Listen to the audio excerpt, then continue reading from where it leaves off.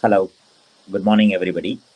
And today I'm here to cover and cater to some of the cybersecurity realities that we are facing from a post COVID 19 situation. So, to open the discussion, what I wanted to bring in light is really some of the realities that cybersecurity has to deal with in the post COVID 19 situation. First and foremost, the pre-COVID situation to the post-COVID situation, what has changed? The change is that all organization has built up a lot of defenses, fortresses, keeping in mind the core infrastructure remains within their own organization limits, which could be possibly their data center, offices, and so on and so forth. So this has been the primary principal way how fortresses or defenses were built to ensure the infrastructure, the information remains safe and secure of the corporate. During COVID, what it has led to in itself is the thinning of the perimeter. The perimeter has completely vanished, right? So now from the offices that it was being defended, today each of the employee has become himself an office of his own. So if corporates were erstwhile having 5 office, 10 office, 100 office, today they have basis the count of employees, each of them operating from their own infrastructure. Each of them are equally considered as an individual office, and these fortresses have to be built around them as well to be protected. So uniquely, what has changed is till about earlier, only infrastructure and information played a very crucial role in the entire protection means. But now, each of these users who ideally have a digital identity to connect back to the corporate, right? These identities became way too crucial for the corporates to protect. Yes, while these identities were way too well restricted within the corporate, and you had a ease of and a comfortable means that the cybersecurity professionals could defend them, protect them way too well. Now these identities have become way too crucial for us to protect it, irrespective where they are operating from. So that's the first and foremost reality cybersecurity professionals were to deal with during the COVID situation. Now, coming to the second part, this actually led to making remote work as a complete reality. While some of the corporates earlier obviously had remote workforce, people operating from remote, the situation is completely changed because it was always believed that the core of the IT, the core of the IT were only operated from or administered from or supported from or monitored from only sitting inside office. Even these core functions have to now largely operate from a remote possibility. So earliest balance that were done, which is limited access privilege, were the only ones which were given to workforce which were operating from remote. Now you have the same situation where not limited access, but then people who have very privileged access to connect to corporate, to connect to infrastructure, to connect to servers, and so on and so forth. They were also given completely work from remote possibility. Now, this posed a lot of challenge because the ability for a cybersecurity professional to monitor these accesses used to be again driven largely from the in-house corporate monitoring capability. Now, the same capabilities have to be extended from a monitoring ability all the way to the last mile remote task force.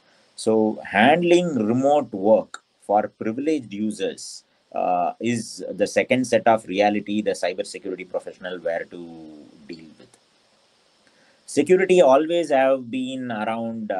You can secure as much as what you can see, right? So whatever is visible to you, you have the ability to protect them through.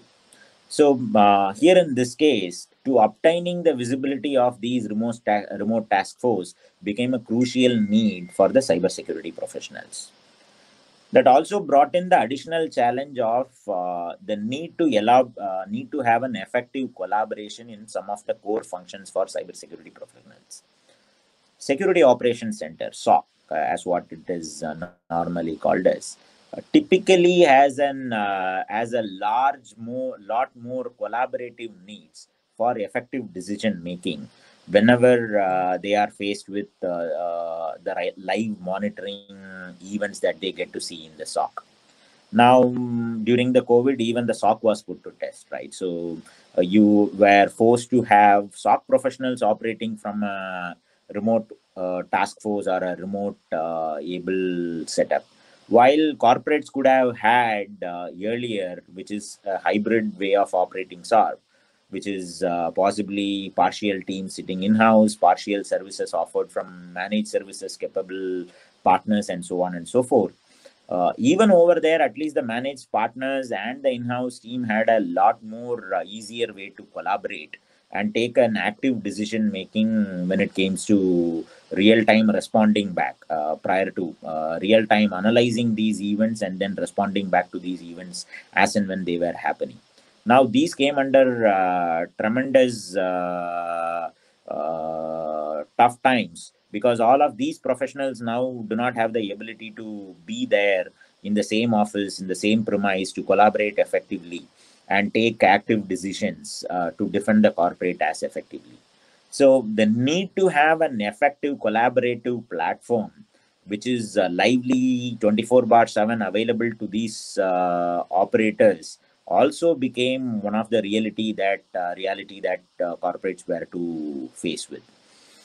Trust, obviously security never allow people to be completely trusted, but then here in this case, a larger task force operating from remote and possibly coming in from, should there be a non-resilient system that they are connecting from, or if there are issues pertaining to systems that they were given or assigned to them, employees started connecting from their own personal device. So personal device of non-privileged users to personal devices of privileged users coming and connecting became also a reality, and corporates were to deal with how do we still trust them for the employee what they are connecting from, but then on a continuous manner, how do we verify these users on a periodic basis, also became very closer check on the reality during the COVID situation.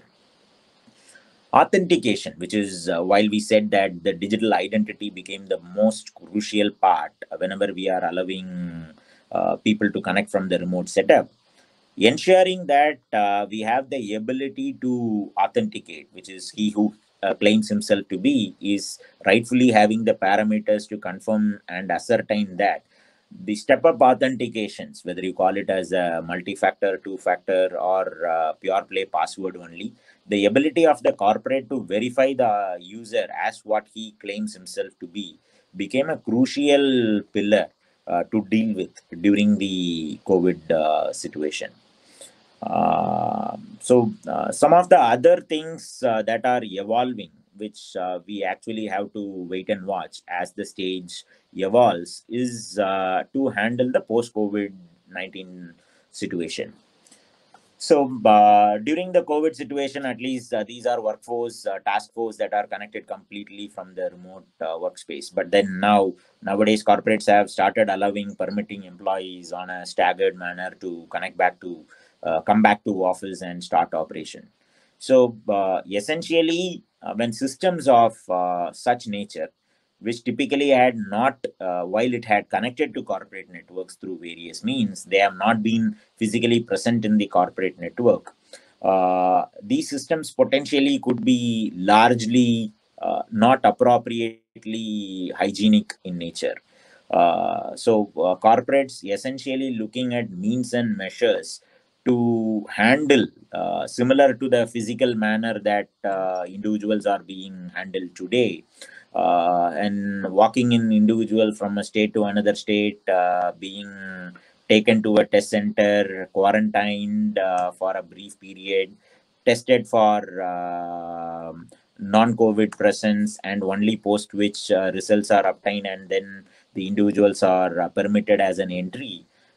Some similar methods are being evaluated also by corporates today to see how do we reassess such assets, such assets which did not have longer duration of connectivity into corporate network, and tomorrow they start suddenly piling into corporate networks, to ensure that we assess the hygiene of these systems by isolating them into a quarantine setup, post the rightful assessment of these assets for appropriate hygiene, is where wanting to have them permitted into a corporate network is also seen as a core need today by corporates, to ensure that the returning assets back into corporate do not come and play with largest threats as they would land up posing in a conventional setup. So these are some things that we thought we should have rightful means and methods for us to address during the post-COVID situation. And these are some of the thoughts that I thought I should share with the audience. And yeah, that's it from me. Thanks a lot for patient hearing. And over to you, folks.